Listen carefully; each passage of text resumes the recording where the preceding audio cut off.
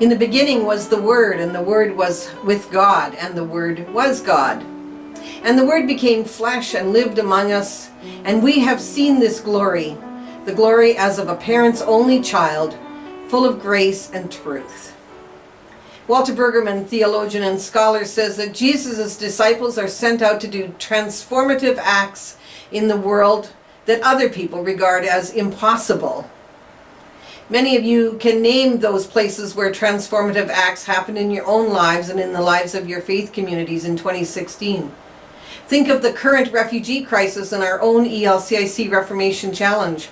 We first thought that we could assist 50 refugees, but when another 0 was added to that number, it became 500 refugees, and we went beyond that challenge of 500. What an exciting moment in our history and in our church. The transformative act was not impossible. I think of our own journey to Split Lake, Reserve 121 in northern Manitoba, and our participation in the Gospel Jamboree in Thunder Bay, or our participation as church in numerous activities around the truth and reconciliation process with our Indigenous neighbors. We have made small steps towards redressing the injustices. We can do so much more because fear will not be part of this work.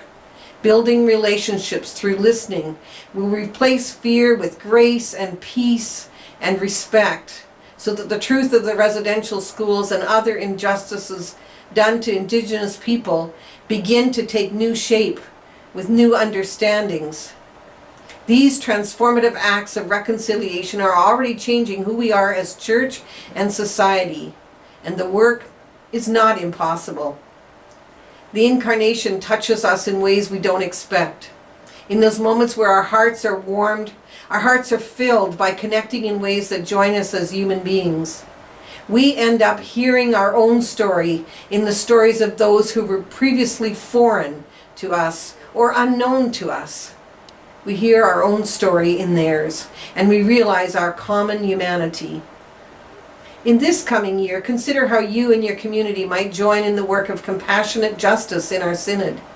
As a church, we hold up God's love for the world, for all people, and we are reminded of God's love, especially in this season of Christmas.